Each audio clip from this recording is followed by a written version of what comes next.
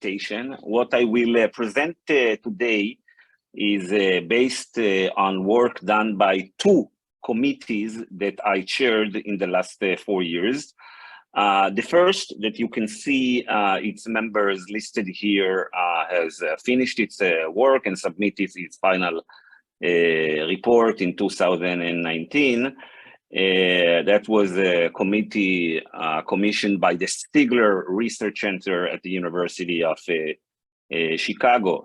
The second committee was commissioned by the SNI Institute at the Technion in Israel, and this is still work in progress, and it's due to conclude its work next year. Both committees are of academics and experts and practitioners, and they were tasked with the same goal, with the same mission: come up with policy recommendations how to protect the press, the free press. In the case of the University of Chicago, we were very much and mostly concerned with the threat posed by the digital platforms. In the case of the SNI, it was also, SNI Institute, it was also a reaction to several corruption scandals in the Israeli news media, the takeover of many of the media outlets by oligarchs and tycoons that colluded behind the scenes with the government, with the prime minister.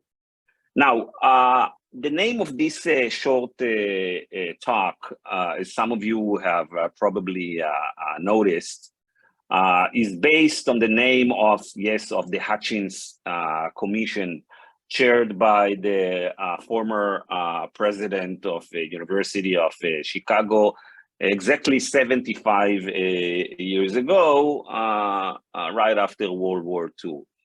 It was the Hutchins Committee was one of very few attempts by, let's call them, concerned elite to define the role of free press in democratic liberal societies and to ask questions how to protect the freedom of the press. The Hutchins Committee members first saw the press, of course, as a very important democratic institution, but they were also very much concerned with the ways its power can be abused. And this is, of course, we're talking about 1947, moments before television changes the public square and the political discourse. I want to start our conversation today with two questions. The first one is the impact and effectiveness of free press. And the second is, how do we fund the press today? And I think that a useful case study can be the Me Too movement. Now, one of the most important movements of this generation. It started in 2017 after the revelations about the serial predator harasser, Hollywood movie mogul Harvey Weinstein.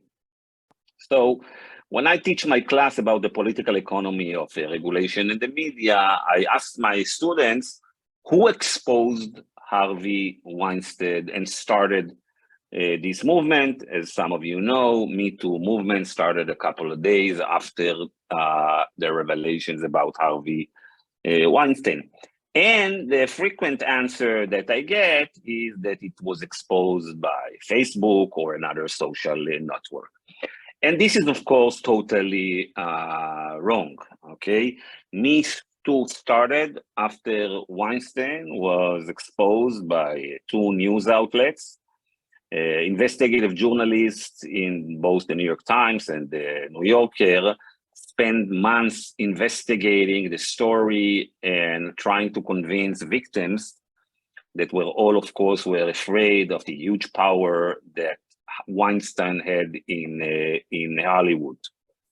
And the question is, what is it about the New York Times and the New Yorker that they were the two organizations, institutions that brought down Harvey Weinstein?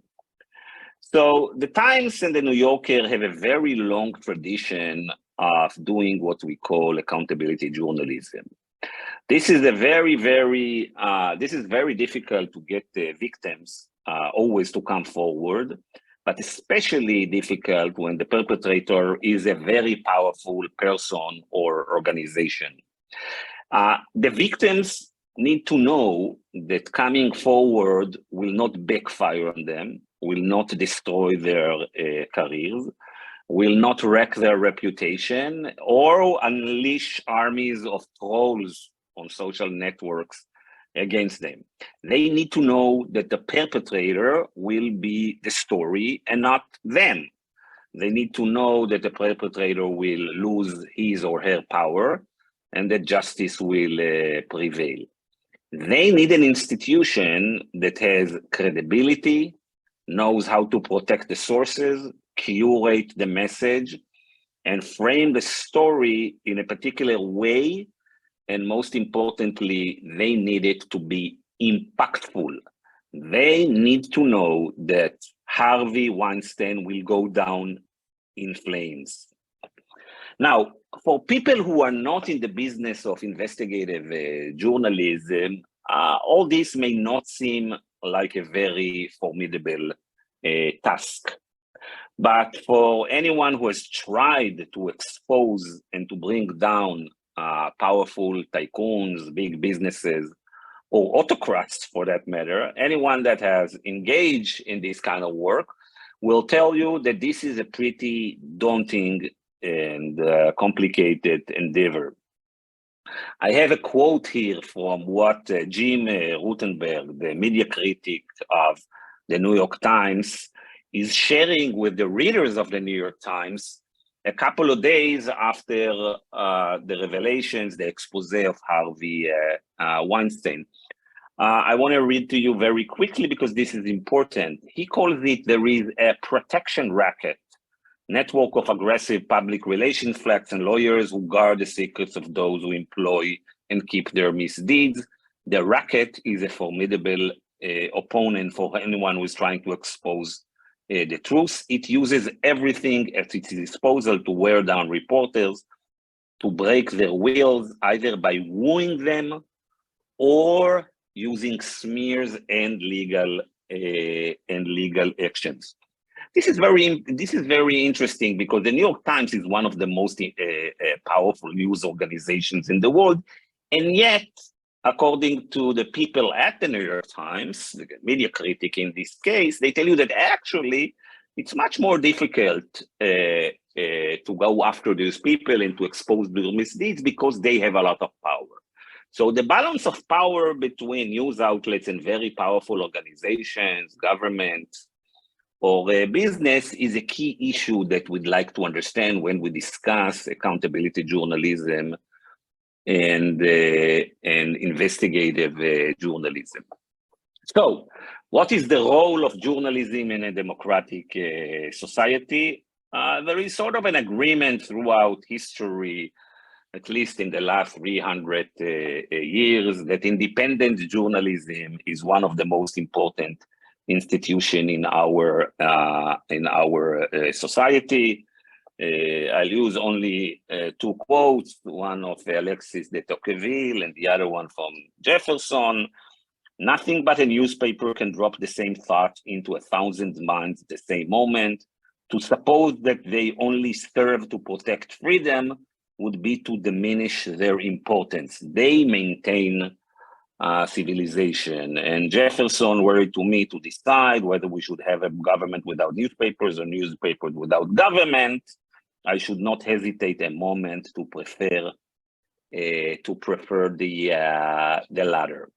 Now, free press, as you know, has many roles. Some of them are better served than other in different news organizations, in different countries, in different periods of time.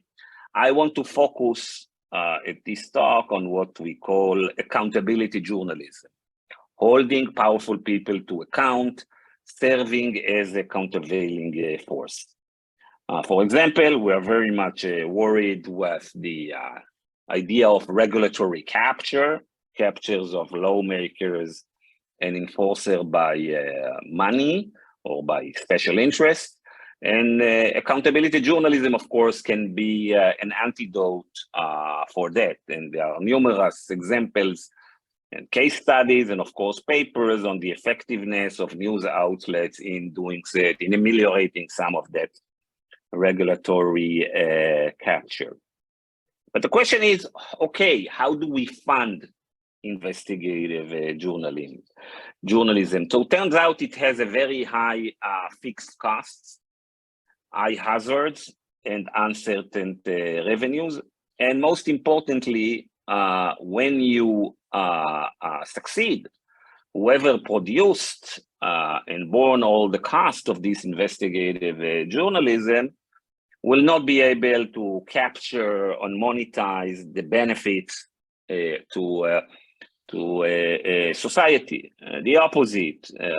Many times, if we actually want the accountability journalism to be effective, to serve the societal mission, we need to spread the information as fast as possible with minimum frictions and costs to reach maximum amount of people to make it effective, to get people to respond, to get the people decision makers to respond, to get the enforcers of the laws to respond, to get politicians to respond, and so on. We needed to be, we needed to go and spread as fast as possible in order to take down the Harvey Weinstein of this world. So funding of this kind of work has always been very difficult, and therefore few outlets in each country, in each geography, are able to do it in an effective ways. We know because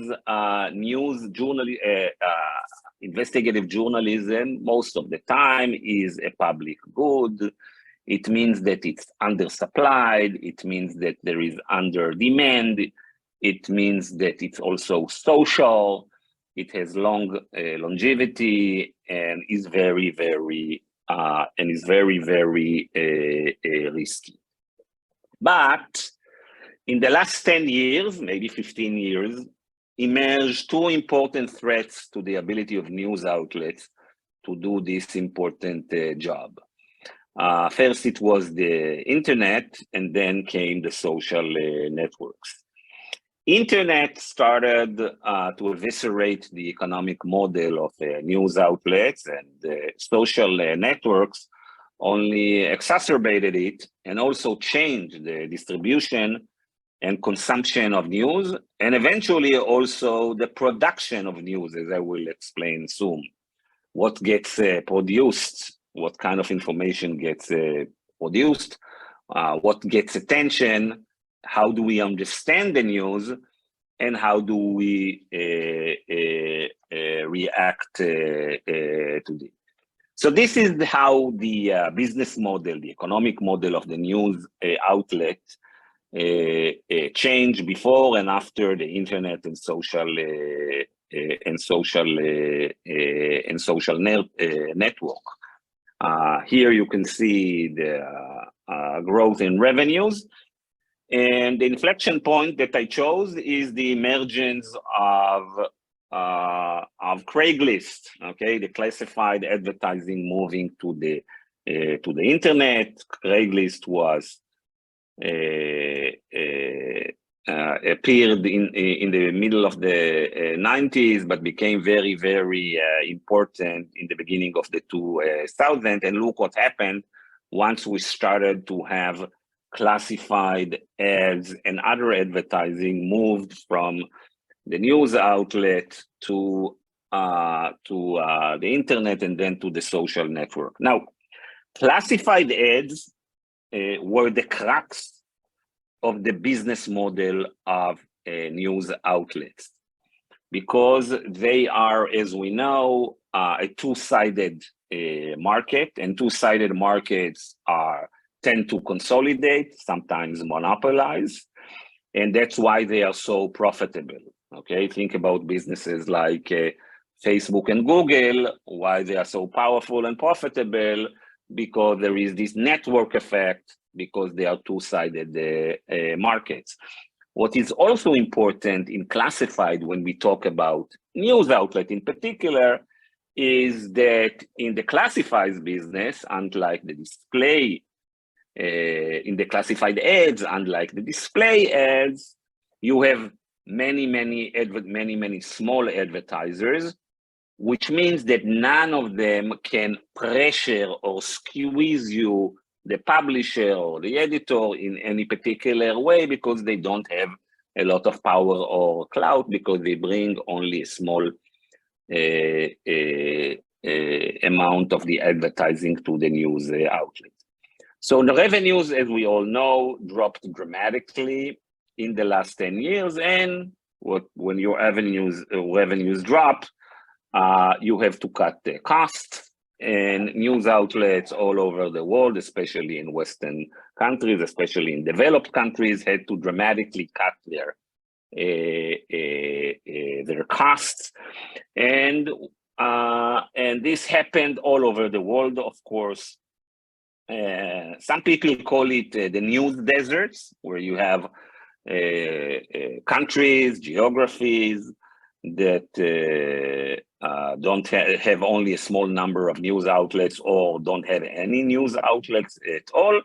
And some people would not call it news desert, but rather corruption paradises, where no one is left to hold the powerful to account, and politicians and business people can collude against the public without significant scrutiny. One of the ways that we show this concentration is that we see that in the last few years, most of the Pulitzer Prizes in the United States are concentrated with the big news outlets, because many of the news outlets that were able to produce investigative reporting that locally don't have the resources to do it anymore. And of course, we are in this death spiral of the news media. This is highly documented by many journalists and scholars in the last 10 years. But this is only the problem here is not only the economic model. We also have more problems that I would like to show you very quickly. But let's start with to understand how it worked, how the news outlets worked before and after the emergence of social networks. So we had the people that are producing the news, they bundled it together, sports and business and politics and the weather and the horoscope or whatever, they were all bundled together, and this bundle gets sold to subscribers and to advertisers. Then with the emergence of Facebook and Google, they start sucking all the advertising dollars first, and then they become also the people who are unbundling the product, and now they are distributing the stories. They do it in a much more effective way, because unlike the news outlets, they have huge scale, and they are able to extract a lot of data from the readers, and using those data, they come up with very sophisticated, targeted algorithm, and they serve advertisers in a better way. So there is, of course, extensive research on the way that Facebook and Google make money from targeted advertising and how it influences the ecosystem of news. Now, important also always to remember and remind our the audience, something that is obvious for people who are engaged in news media, but some people don't stop to think about it, is that Facebook and Google don't employ journalists, okay? And it's also important to remember that what is called in the tech world citizen journalism is something that only people who were never engaged in investigative journalism actually believe in. As we saw from the Weinstein case, engaging in real investigative and powerful and impactful investigative journalism takes a lot of resources and experts and professionals that need to meet a lot of criteria, and it is rarely the case that anything called like citizen journalism can meet those criteria. Now, platforms did not only destroy the economic model and the distribution model of the news media, they've also taken over the entire process of production, distribution of the news. Platforms atomized the consumption of news. We no longer, the news outlets do not longer sell a bundled product, but single stories are now can be sold separately. And of course, the algorithm gets to decide what gets attention and what doesn't get attention. Before we understand what this did to the kind of press that we get, the kind of journalism that we get, it's always good to remember that fake news or sensational news is not something new that appeared only with social networks. The news outlets, news was always about attention and sometimes sensation. And this is a famous cartoon of Hearst and Pulitzer, two of the most prominent publishers in the beginning of the 20th centuries, with yellow journalism, a cartoon that says that because they wanted to get more attention, they had to bias and corrupt their editorial work. But, and this is the important thing, the new digital ecosystem both incentivizes prioritizing what we call viral journalism, sensation, and also give publishers and editors powerful tools to enhance exposure by using what we call more clickbait content. We don't sell a brand anymore, a full product, a bundle, but we are now selling many times an atomized story that we want people to click on and we want to get shared on Twitter and Facebook and to go viral. And one of the ways that it's done now in newsrooms all over the world is what we call A/B testing. In the past, headlines of stories were chosen based loosely on what is the idea, a message of our story. Now, with machines that do A/B testing, and they can help editors come up with headlines that maximize virality, maximize sharing of that story on social networks. And the headline, as we know, will determine how many people will click on that story. And most importantly, the headline will determine how people will understand the story.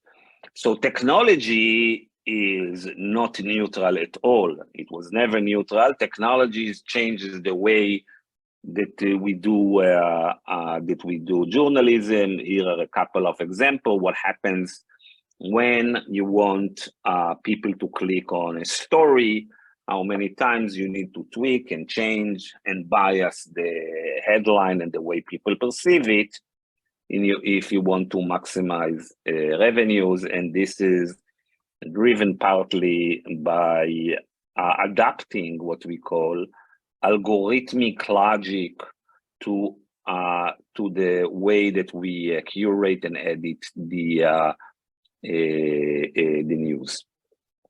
One of the most important outcomes of the atomizations of the news media is that the consumption now is done through social network, of course, is that we are losing much of what we call the serendipity. Most of the times when we consume news today through social networks or through other news outlets that tailor the news to you, is that we get only what we are interested in, or only what the algorithm learned that we are interested in. And this decreases the possibility that we will be exposed to important, when I say important, I mean in the democratic sense, that actually this kind of exposure is what helps news outlets hold the powerful to account, because they know that many people will be exposed to the investigation into their into what they do. Now, how did this the market, okay, the private companies that are producing news, how did they respond to the changing ecosystem and the evisceration of the business model of the news? So we have probably something like 4 categories of responses. The first one, of course, is for philanthropy. We see more and more philanthropies funding news organizations. In the US, a great example is ProPublica, a news organization that's doing a fantastic job on the investigative job. A good example is the string of investigative reporting done by journalists in ProPublica, like Jesse Eisinger, exposing what happened in the IRS in the United States in the last 10 years, or the tax reports of the wealthiest people in America. There are a lot of initiatives like that throughout the world today. The second response is that the paywall. A lot of news outlets moved to paywalls in the last 10 years, and this is going particularly well for few big news outlets like the New York Times, the Wall Street Journal, or the Financial Times. And of course, there is this collaboration using technology by association of investigative journalists all over the world, like the ICIJ, the Panama, and the Paradise Papers. And there are also some initiatives of organizations that want to rate the quality and the trustworthiness of news outlets. But when we dig deeper, we see that all the market responses actually are inadequate and have a lot of shortcomings. So philanthropy, the amount of funding there is pretty small compared to the size of the news industry. And of course, you have the risk of capture. You never know what is the agenda of the philanthropists. Philanthropy is usually coming from people that are very influential, very wealthy. Some of them have their own agenda. The problem with subscription first is that when you have a subscription, you're catering only to a specific niche of people who can pay. And it's a business model that works only for the what we call the star newspapers, while there is a lot from the second tier and the third tier and the local tier of news outlets cannot pursue this path. And the collaboration of journalists all over the world works, but it's only for particular issues, usually when there is a big leak of information. So now we have solutions. It started in Australia, and now we see it in Europe, that lawmakers are trying to to intervene and rebalance the power between the news media and the digital platforms, okay? And there is this law that they have to negotiate, and if they don't come, the platforms have to negotiate about compensating the news outlets. And if negotiation do not yield any fruits, then the regulators will intervene. What is problematic about these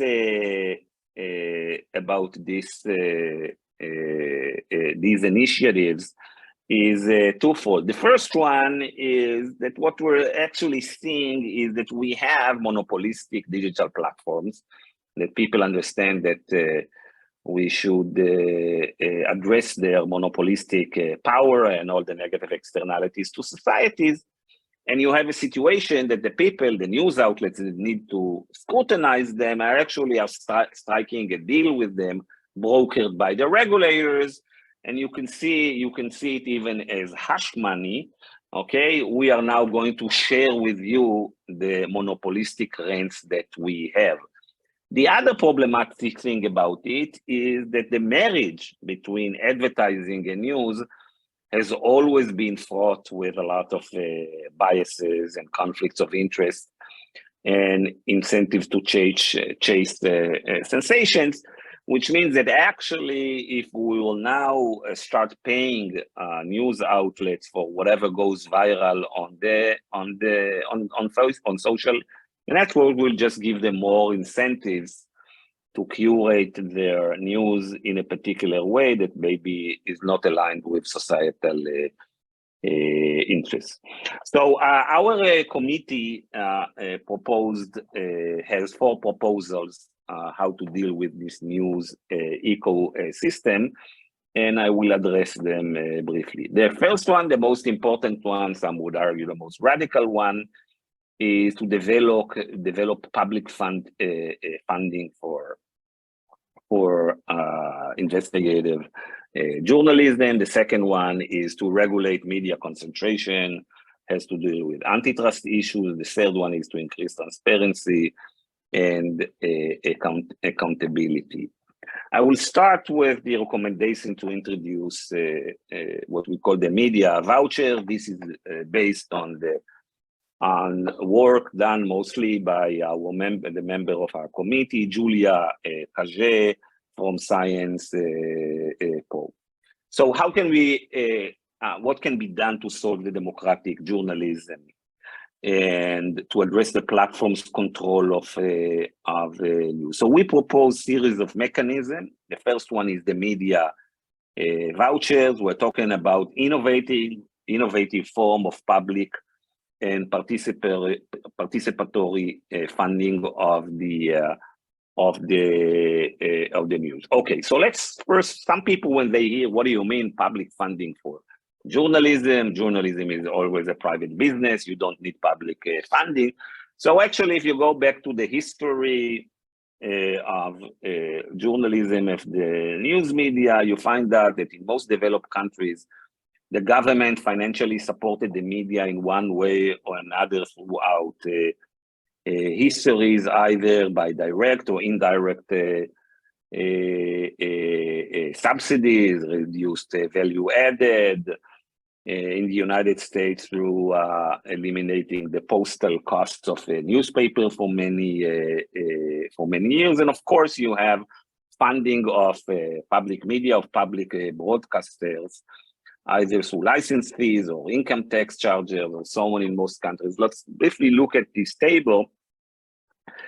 What you can see here is the funding of public media in the United States compared to 14 leading democracies. On the right column, you can see per capita total revenues of public media. And notice that the most advanced liberal democracies with the lowest corruption, some of the most sophisticated and the best democracies out there in terms of quality of life and the quality of the democratic institutions, actually are the ones that fund public media in the most significant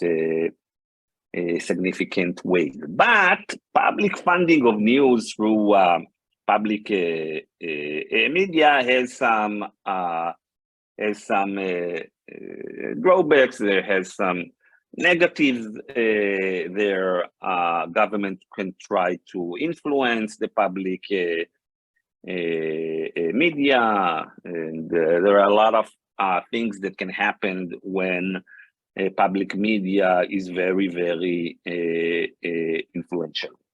So our proposal actually wants to take the best of both worlds from the private media and the public broadcasters. And we want to introduce what we call the private media voucher system. And the idea is pretty straightforward, okay? We give each adult in the country a media voucher. In the case, I'm going to use the example of United States. You can adjust the numbers for any country. Let's say in the United States, we give $50 per year to any individual from the treasury, from the general budget, to donate or to subscribe or to give to a favorite media outlet. And you do it with your filing when you file your taxes, and you do it in an anonymous way the technology offers today. So the objective here is that to choose who are the people that can, who are the organizations that can benefit from those media vouchers. So we want them to meet a certain criteria.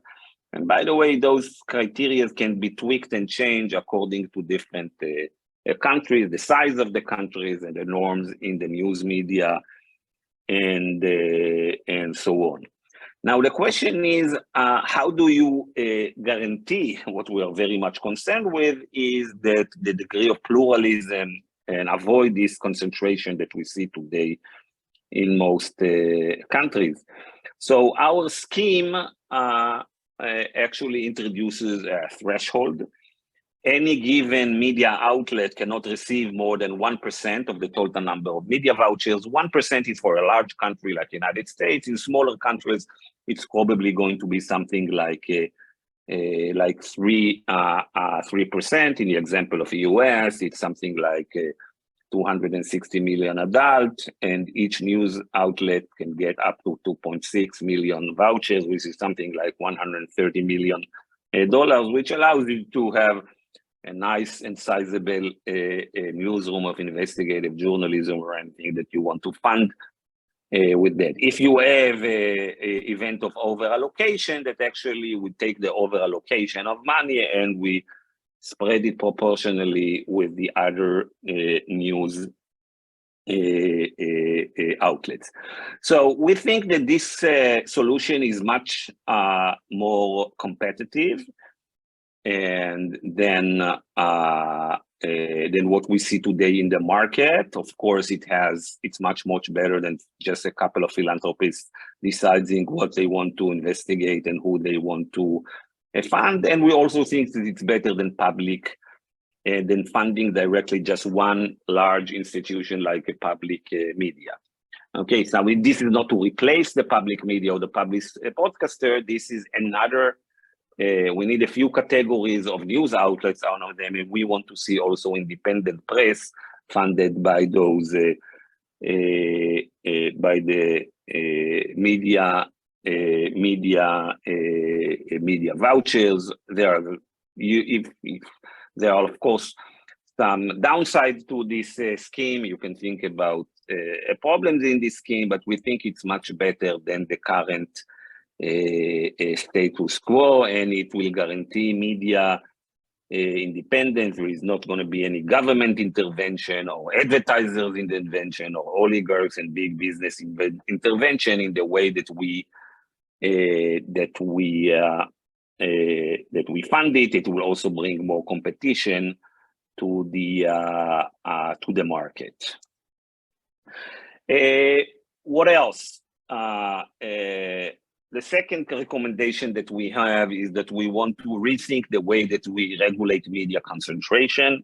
This is pretty straightforward. It's based on work mostly by work of Andrea Pratt Colombia. The idea is that all the M&As of news companies will be subject not only to the usual lenses of antitrust, market share, and so on, and market power, but also to think about the plurality review, how much power you have in the market of news and ideas.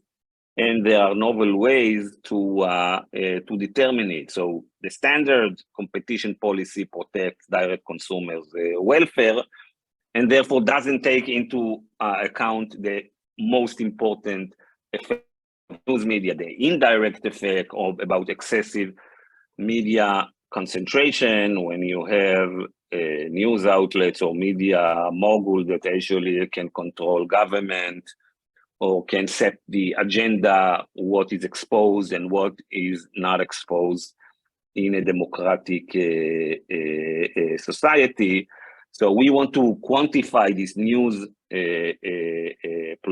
plurality and make sure that whenever we need to make decisions about mergers and acquisitions in the world, we will analyze not only the market share vis-a-vis consumers, and what we'll do to consumers, but also are we going to have enough voices, and making sure that no one gets to be a very powerful political player through acquisitions of a lot of news outlet. We want to increase dramatically the transparency of the news media, and particularly increase the transparency of the social networks. We want to open up the algorithm that curate and decide what we are exposed to. We want to have a particular regulator that is tasked specifically with producing periodical reports on what gets consumed and how, because by the distribution of those algorithm, and how does it influences the distribution of news and the behavior of the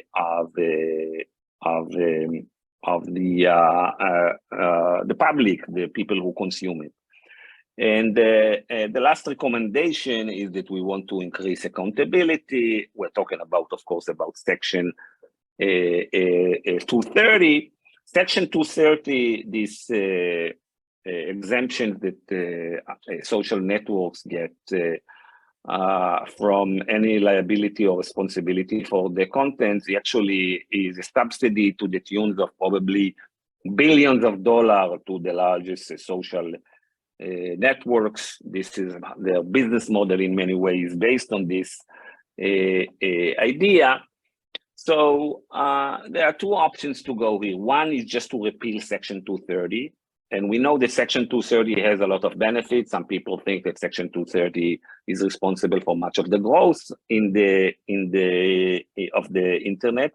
But what we see in the last 10 years, because of the havoc that the social networks caused in so many democracies around the world, that there is huge price, cannot be quantified, of course, of having social networks that spread abundant amount of information, that can be lies and fake and polarization and so on.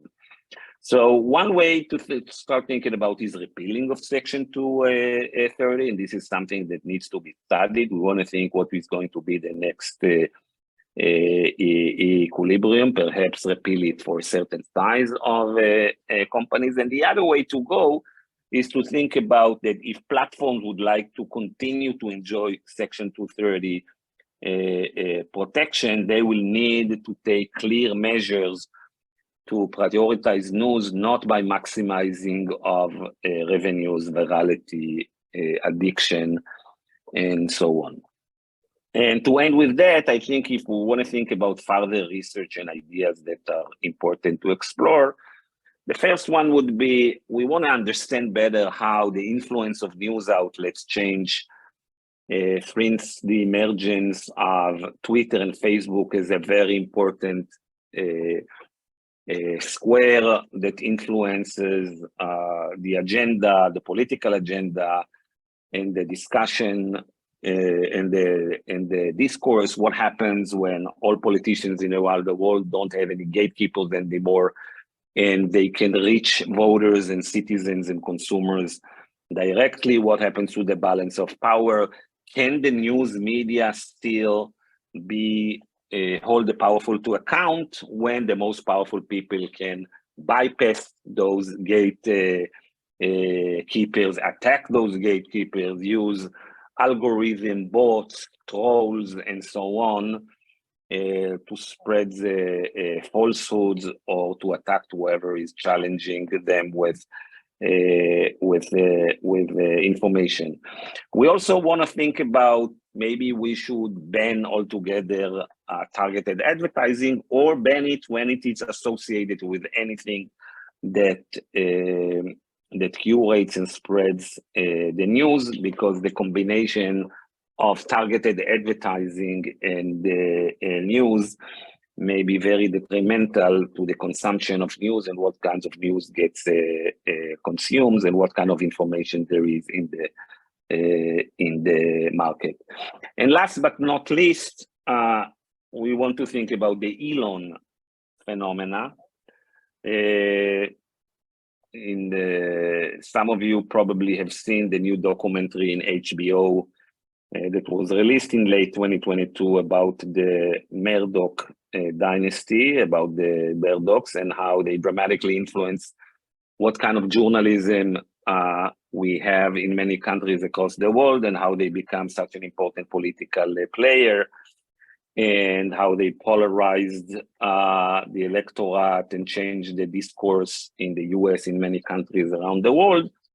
And unfortunately, only in the last few years, with some diminishing power of the Murdochs, we see more and more scrutiny about the influence of Murdochs on politics and the news media all over the world.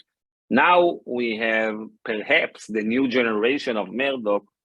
We have the richest person in the world, one of the most rich people in the world, a tech mogul buying the second most powerful platform in the world, having total private company, total control, no checks and balances.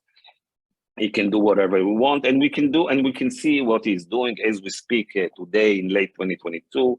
We can see that Mr. Musk takes actions every day and decides who gets more voice on his platform, who gets less voice on his platform. There's abundance of questions here about democracy, about the role of platforms, about the conflicts of interest with his business, about the fact that his business enjoys and a lot of subsidies from countries around the world. And the question is, do we need a new legislative and regulatory framework to deal with such a situation where you have one person controlling so much of the flow of information in the world? Thank you.